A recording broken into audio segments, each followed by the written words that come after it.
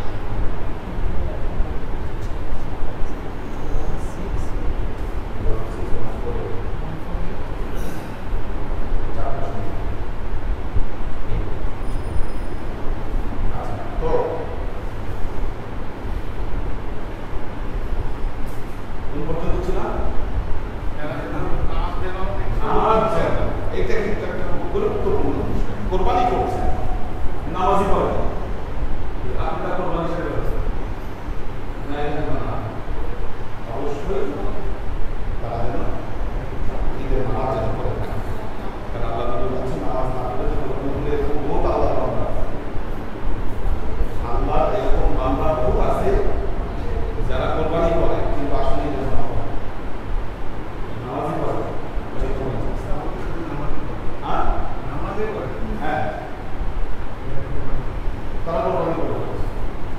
আচ্ছা, এরপরে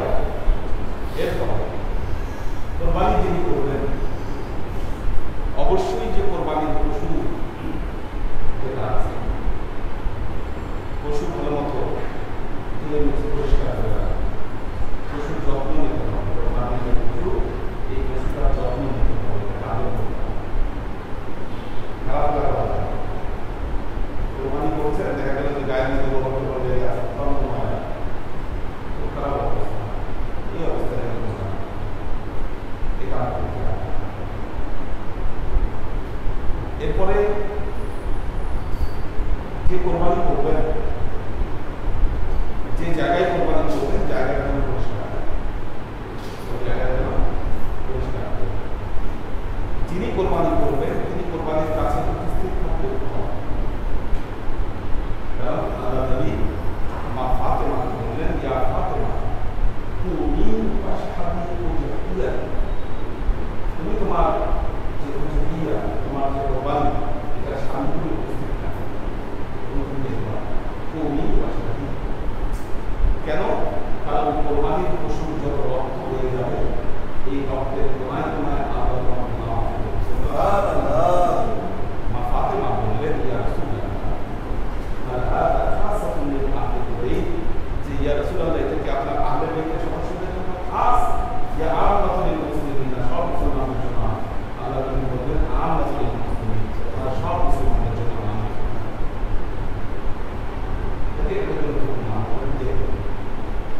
এই দিনে অধিক তাকবীর দিবেন, যখন কোরবানি হবে বা আগে বা পরে আপনার কোরবানি যখন হচ্ছে, সেই সময়গুলো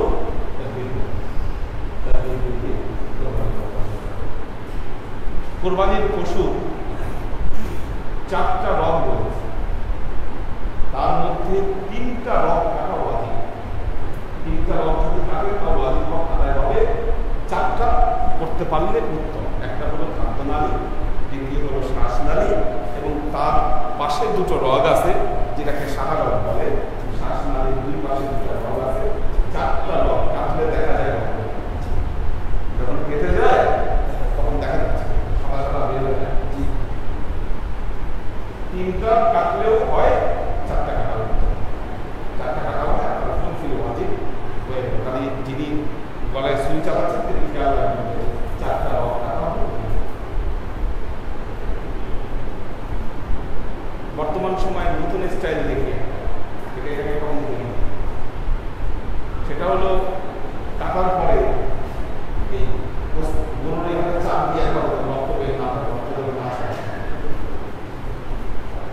এটা ঠিক না, রক্ত বের হতে দেয়। কারণ ইহরাকির দাম 4টা লাইন নিয়ে যাও, 4টা লাইন নিয়ে যাও, 4টা লাইন। আচ্ছা, কারণ হচ্ছে ইহরাকির দাম, রক্ত প্রবাহিত করা, এটা হলো উত্তম। এখন আপনি রক্তে চাপ দিয়ে ধরে রাখলেন, প্রবাহিত হতে দিলেন না, তো আপনি উত্তম আমাদের দাদা আপনি কেমন রাখতে হবে? আর আল্লাহ নবী যেখানে বলছেন যে কোনায় কোনায় আপনার পাপ চলে যাবে, কিন্তু তারা দেখেন রক্তটা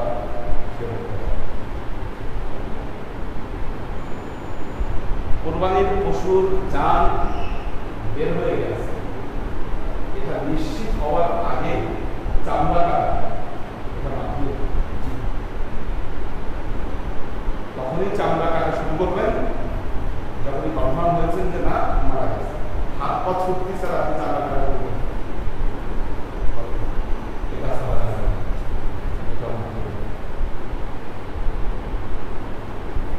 কোরবানি মনে রাখবেন এটি আল্লাহর জন্য।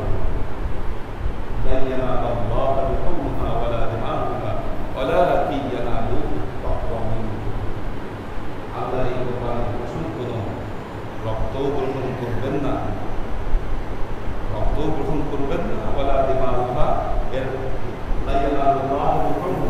আল্লাহর কাছে এটা মাংস পৌঁছাবে না, ওয়ালা দিমাউহা, এটা রক্তও পৌঁছাবে না, আল্লাহর কাছে যেটা পৌঁছাবে সেটা তোমাদের অন্তর। কাজেই গোস্তের জন্য পাগল হয়ে যাবে, শান্তি মতো সুস্থির ভাবে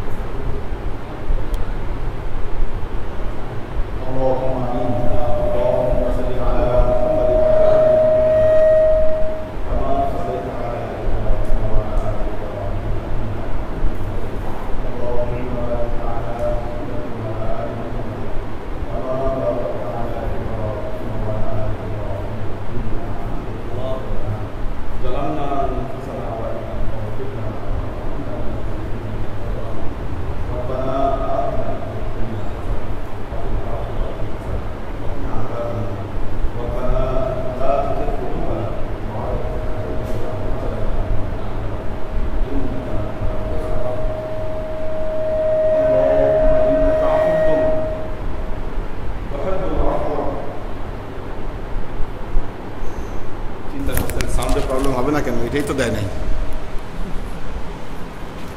আজকে যে বলতেছে সবাই সাউন্ডের প্রবলেম, এটাই তো দেওয়া হয় নাই।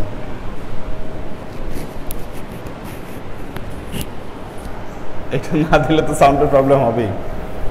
ربنا لا تزغ قلوبنا بعد إذ هديتنا وهب لنا من لدنك رحمة إنك أنت الوهاب اللهم إنك عفو تحب العفو فاعف عني يا غفور رحيم الودود سبحان ربك رب العزة عما يصفون سلام على المرسلين والحمد لله رب العالمين واجعل آخر كلمتنا عند الموت لا إله إلا الله محمد رسول الله।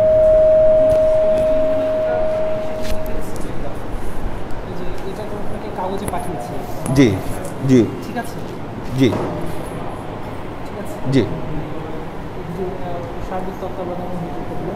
তারপরে টাকা কালেকশনে 2টা টাকা কালেকশন ওই দিন কোরবানির গরুর যারা দেখেন এখন দেন আচ্ছা হ্যাঁ